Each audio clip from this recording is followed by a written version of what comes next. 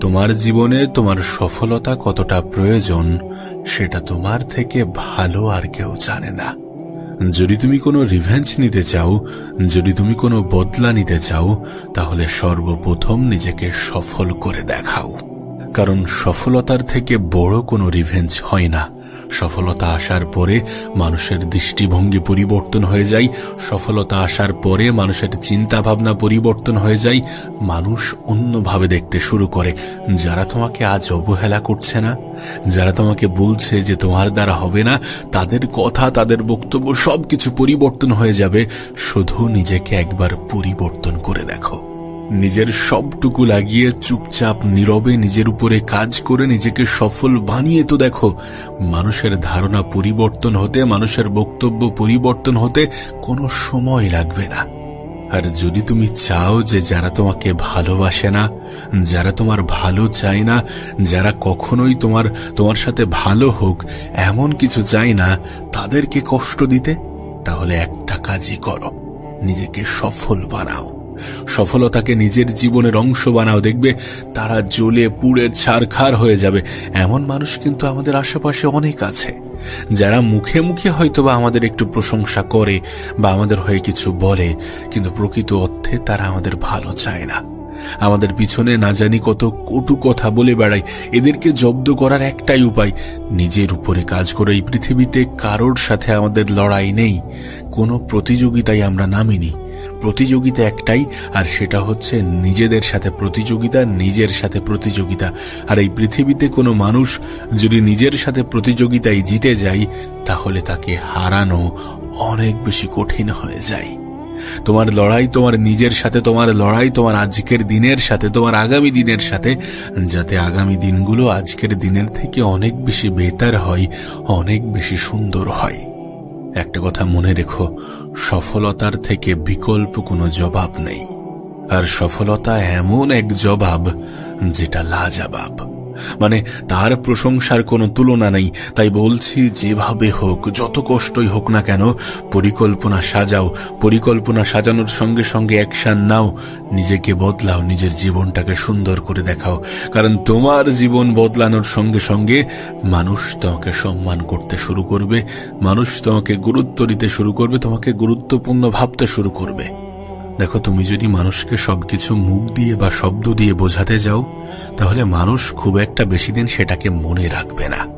মুখ দিয়ে দেয়া জবাব মানুষ খুব একটা বেশি মনে রাখে না। পৃথিবীর সব থেকে সঠিক, সব থেকে স্পষ্ট, সব থেকে উজ্জ্বল, সব থেকে লাউড জবাব হচ্ছে সফলতা। তাই বলছি, পরিশ্রম করো, স্মার্টলি কাজ করো, অন্যের বলা নেগেটিভ কথাগুলোকে ইগনোর করো, শুধু অন্যের করা অপমানগুলোকে মনে রাখো।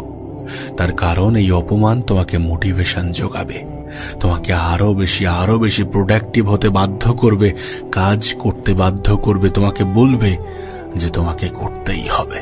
আর সত্যি তোমাকে করতেই হবে। যদি তুমি চাও যে তোমাকে অপমান করা মানুষগুলোর মুখ বন্ধ হোক, যদি তুমি চাও যে তোমাকে অবহেলা করা মানুষগুলোর রিয়াকশন পরিবর্তন হোক, তাহলে তোমাকে করতেই হবে। রিমেম্বার দিস, মানুষের চিন্তা ভাবনা তখনই পরিবর্তন হয় যখন সামনের মানুষের জীবন পরিবর্তন হয়।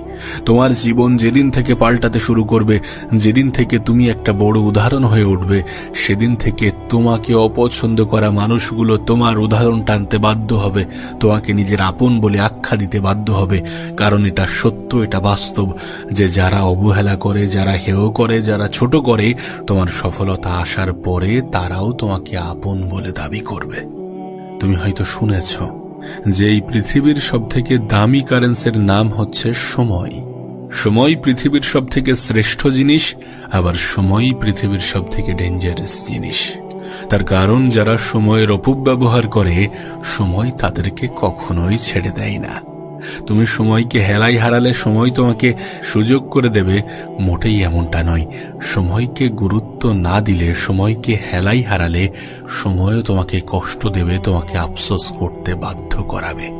দেখো, টাকা পয়সা একবার উপার্জন করলে তারপর সেটা খরচা হয়ে গেল, সেটা হারিয়ে গেল, সেটা নষ্ট হয়ে গেল, সেটা আলাদা বিষয়, সেটা দ্বিতীয়বার আবার অর্জন করা যাবে। কিন্তু সময়, গতকালকে তুমি যদি অপচয় করো, তাহলে সেই গতকাল কখনো ফিরে আসবে না।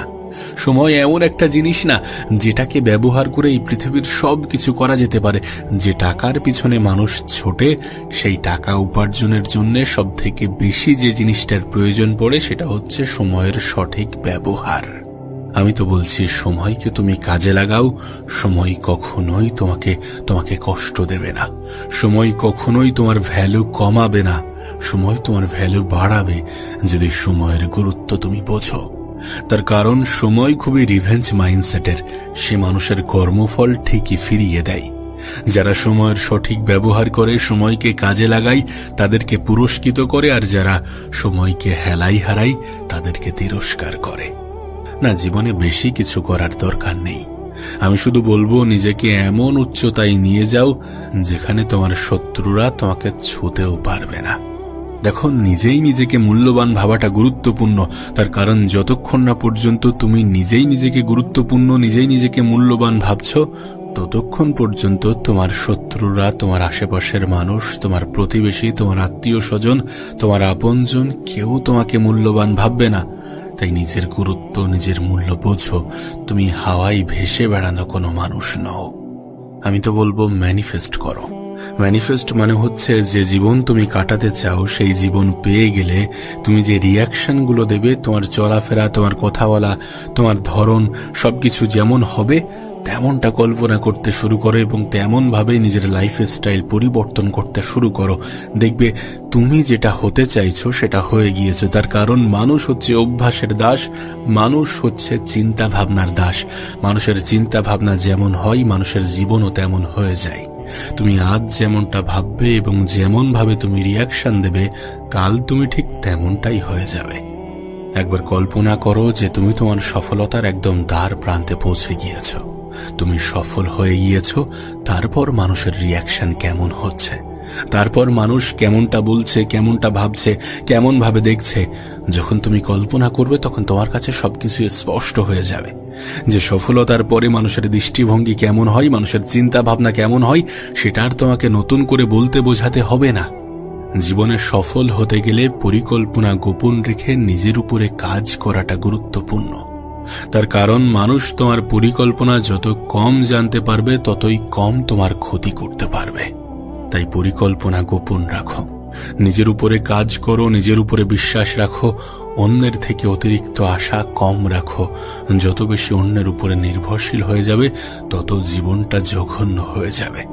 অন্যের উপরে নির্ভরশীলতা দেখিও না। তার কারণ যখন আমরা অন্যের উপরে নির্ভরশীলতা দেখাই, তখন অন্যরা আমাদেরকে নিয়ে খেলতে শুরু করে দেয়।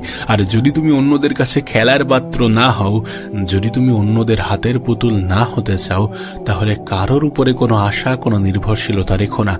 নিজের উপরে কাজ করো। নিজের জীবনটাকে একা যেভাবে পরিবর্তন করা যায় সেভাবে করো। নিজের সফলতার জন্য 100% দাও। তার কারণ 100% দেওয়ার পরে তুমি আর ব্যর্থ হবে না।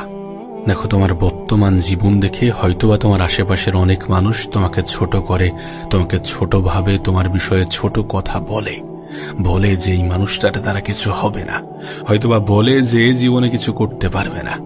কিন্তু এদের কথাই খুব একটা বেশি গুরুত্ব দিলে তুমি সত্যি জীবনে কিছুই করতে পারবে না। মানুষের কথাই অত গুরুত্ব দিতে গেলে চলে না, সকলকে অত প্রাধান্য দিতে গেলে চলে না।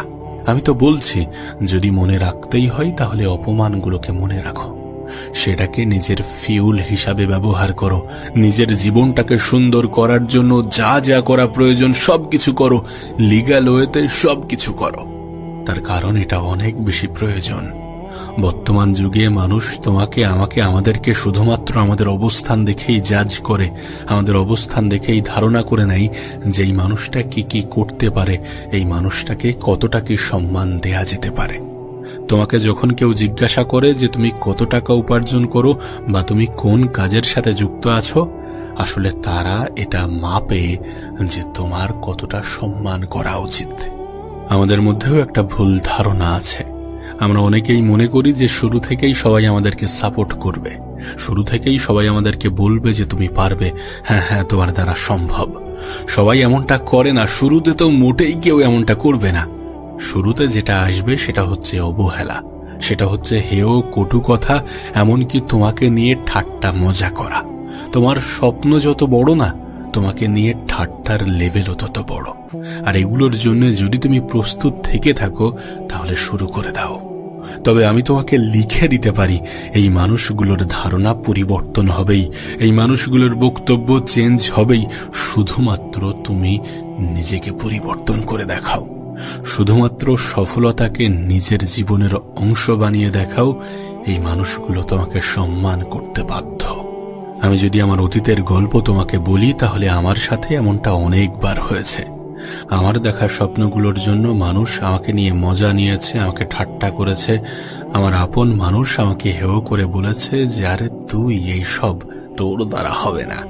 এমন নানাবিধ চিন্তা ভাবনা আমার প্রতি রেখেছে, এমন নানা কটু কথা আমাকে বলেছে, কিন্তু আমি এদের কথাগুলোকে অ্যাজ এ মোটিভেশন ব্যবহার করেছি। তার কারণ আমি মনে করি যে এই পৃথিবীতে অপমানের থেকে বড় কোনো মোটিভেশন হয় না। মানুষের করা অপমান আমি কখনো ভুলি না, আর আমি তোমাকেও এটা সাজেশন দেব যে অপমান কখনো ভুলবে না। প্রয়োজনে ক্ষমা করে দাও, কিন্তু তারপরেও অপমানগুলোকে মনে রাখো যে কে আমাকে কি বলেছিল আর কাকে কি বুঝিয়ে দেওয়াটা প্রয়োজন। আর বুঝিয়ে দেওয়ার জন্য তার সাথে মারামারিও করতে হবে না, তার সাথে তর্কও করতে হবে না। শুধু যেটা করতে হবে সেটা হচ্ছে সফলতা অর্জন করতে হবে। নীরবে গোপনে নিজের উপরে কাজ করে যেতে হবে, পরিশ্রমে বিশ্বাস রাখতে হবে, কনসিস্টেন্সি বজায় রাখতে হবে। একদিনে হবে না এটা জেনেও বারবার চেষ্টা মেহনত করতে হবে। একদিন ঠিকই হবে এমন চিন্তা ভাবনা ধারণ করতে হবে, এমন চিন্তা ভাবনা মাথায় বসিয়ে নিতে হবে।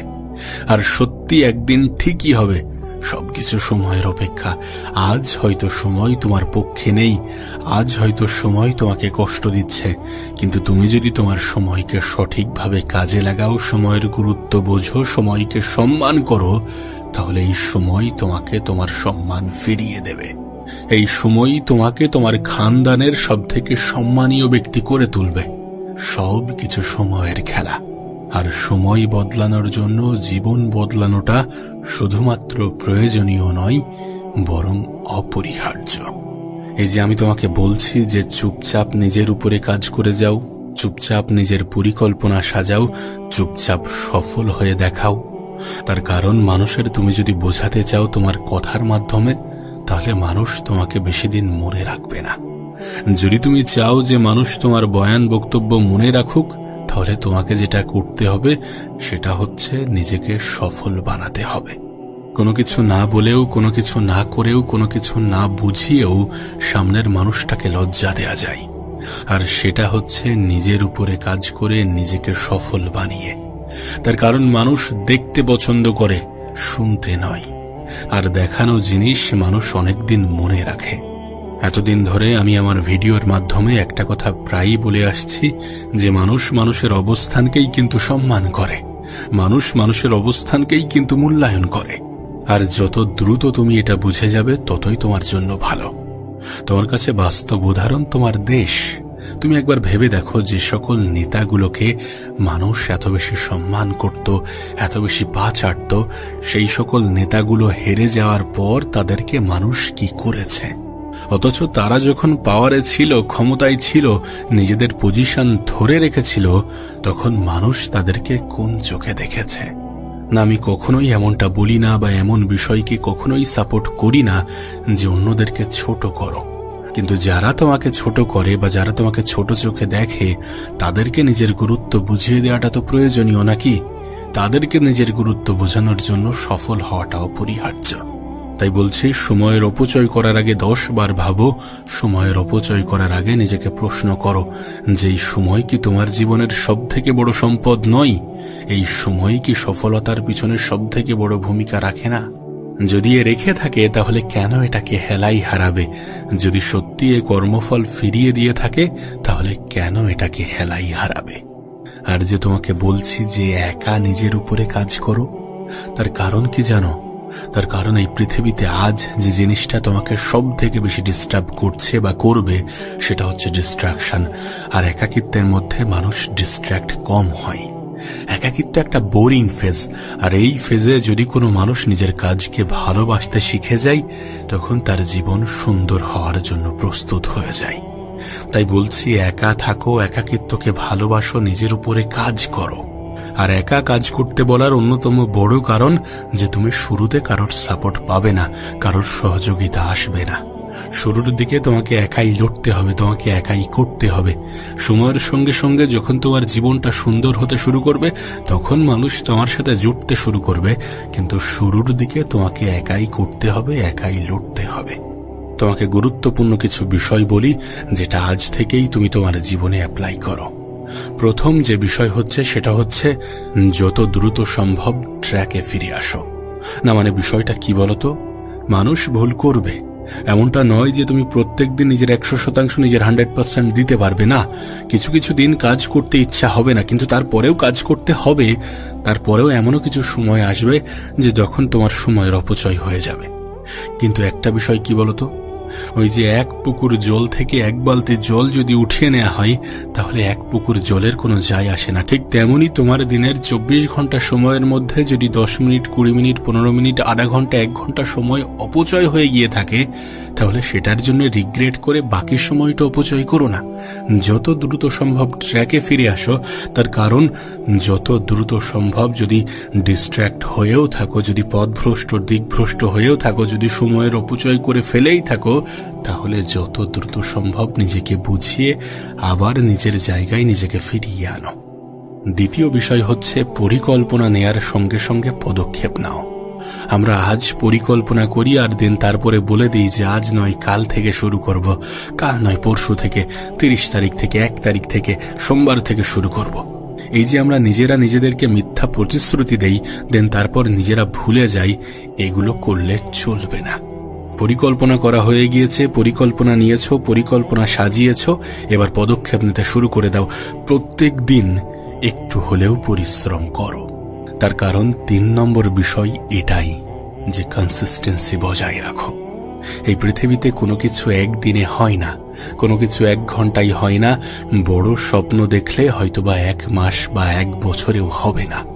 তুমি নিজেই ডিসাইড করো, তুমি নিজে এটা ঠিক করে নাও যে তুমি যে যুদ্ধ বা তুমি যে লড়াইটা লড়ছো সেটা কতদিনের।